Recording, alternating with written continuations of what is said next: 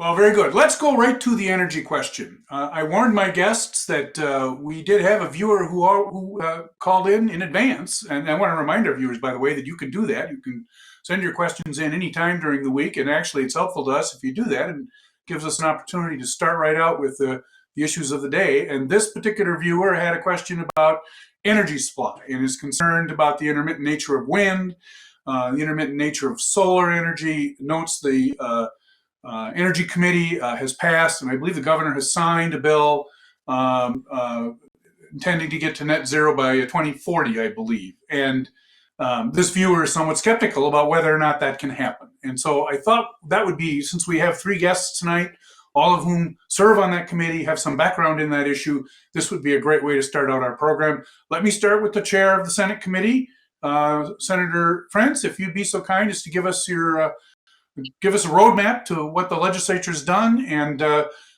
your defense of that route, and then we'll throw it open for some conversation. Senator Frentz, the floor is yours.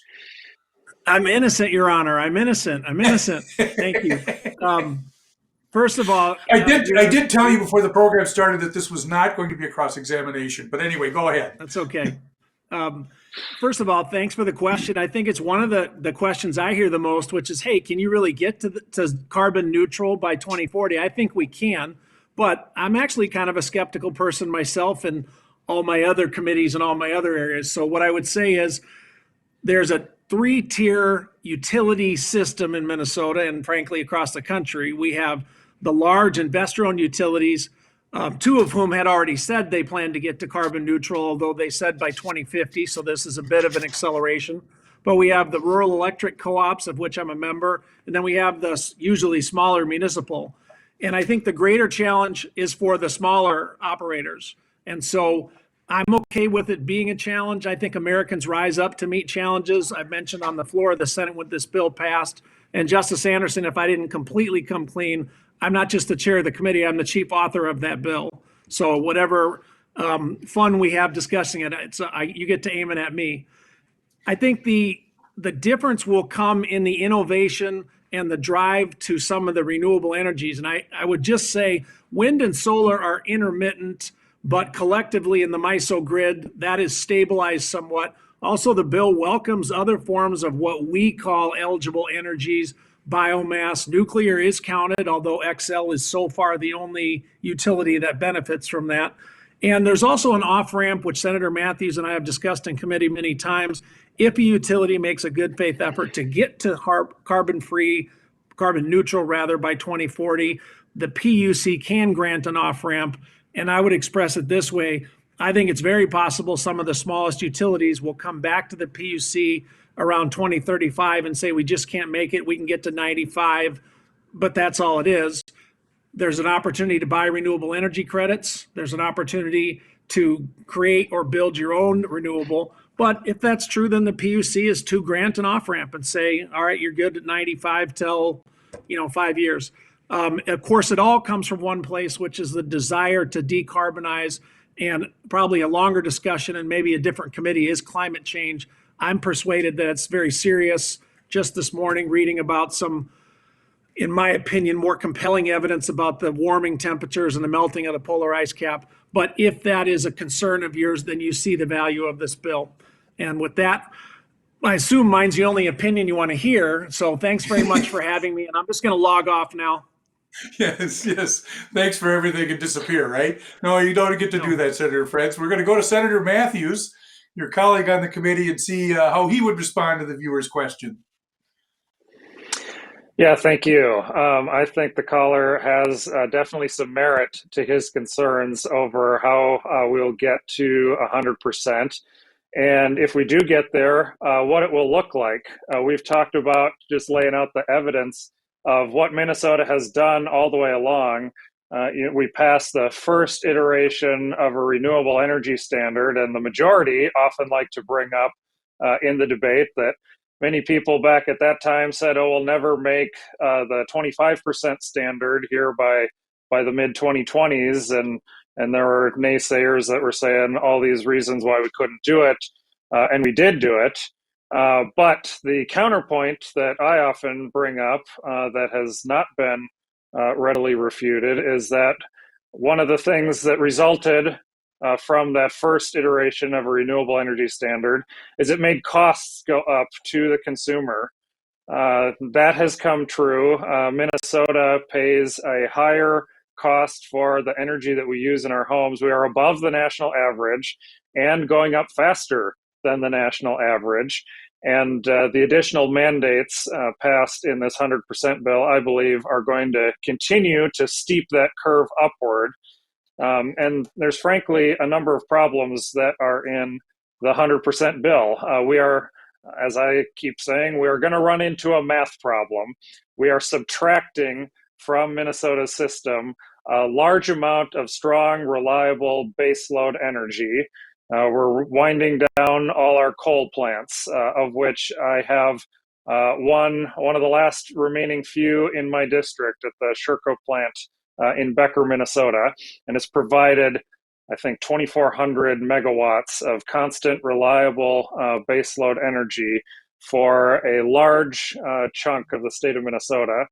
And natural gas facilities are also being wound down, or they're going to be in an interesting category where companies that still use them will have to buy additional credits or do other things that will add to the cost. And so we're subtracting a lot of megawatts off our system, and we're adding on, in my view, a smaller number of intermittent energy sources with a lot more wind and solar. And I have nothing against wind and solar. I am an all of the above energy guy. And there are just too many things on the outside looking in of what's allowed. And we do talk about nuclear, and Senator Frentz knows well. I bring that up often in the Energy Committee. We have a nuclear moratorium in law, so we cannot build any more than the 2 existing nuclear plants that we have right now. And my contention has been that if the majority wants to be serious about helping us get to 100% in a reliable and affordable way, we should remove the nuclear moratorium so that utilities can consider plans whether it makes sense to add nuclear to Minnesota.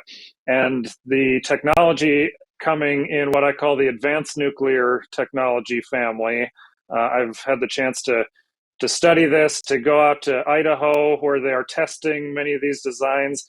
They are just incredibly fascinating and mind-blowing with even the higher safety features that they have in these systems. Some of these units are much smaller, can be used in a much smaller land footprint. We're not talking about the gigantic buildings with the huge dome in the center like our existing plants.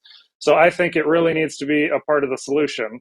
And I am lobbying the chair. I'm hoping that we maybe take some steps forward in that regard this year. But in order to be truly an all of the above energy, then we need to have all the tools in the toolbox, and Minnesota's not there right now.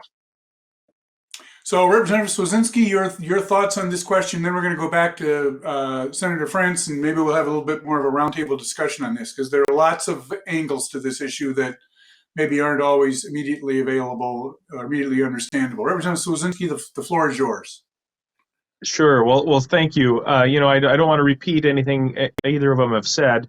I think, some of the other areas that the caller and just general folks should be concerned about is just from a revenue or from a resource standpoint.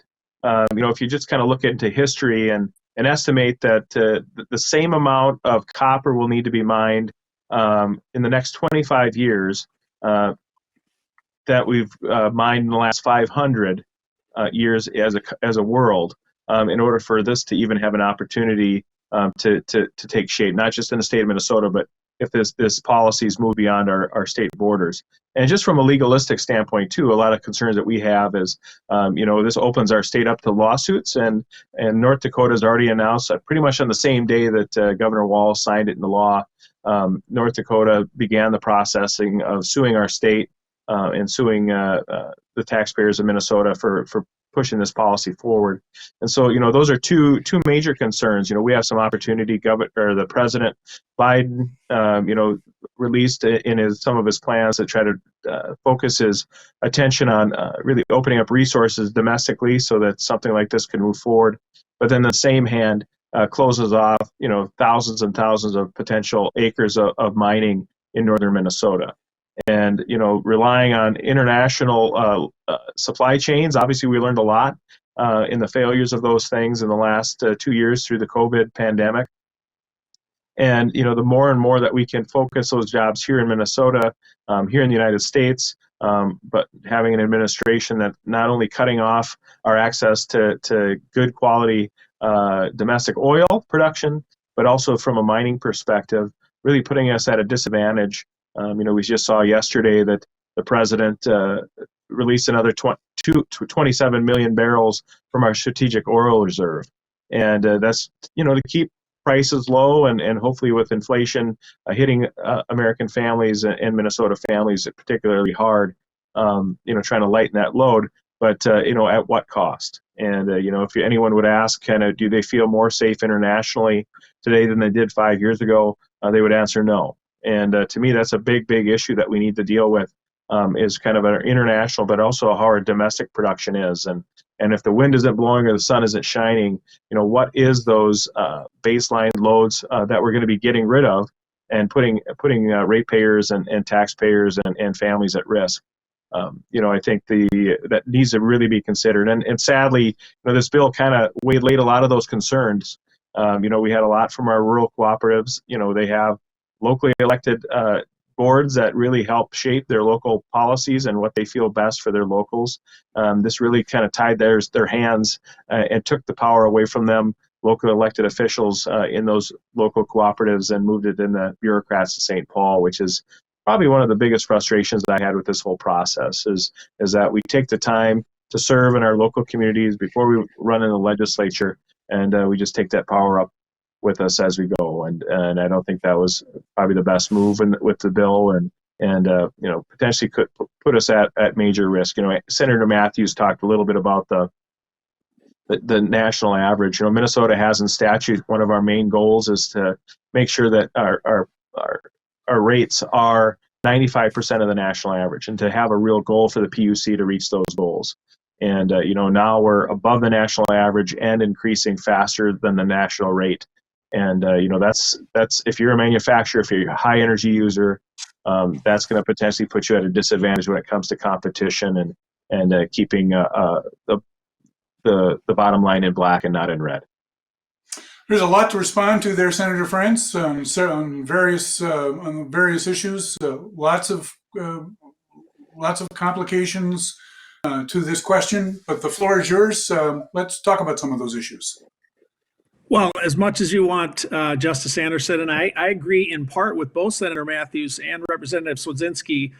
Senator Mathews has repeatedly made the point, and to some extent I agree, if nuclear is a carbon-free source and if carbon emission reduction is our top goal, we had better be looking at it. And I'm glad to report, since we're looking for any bipartisanship we can find, that Senator Mathews has an advanced nuclear study bill, which was heard in our committee, laid over for possible inclusion. But since I am the chair, I can tell you right now it's going to be included in the Senate omnibus bill.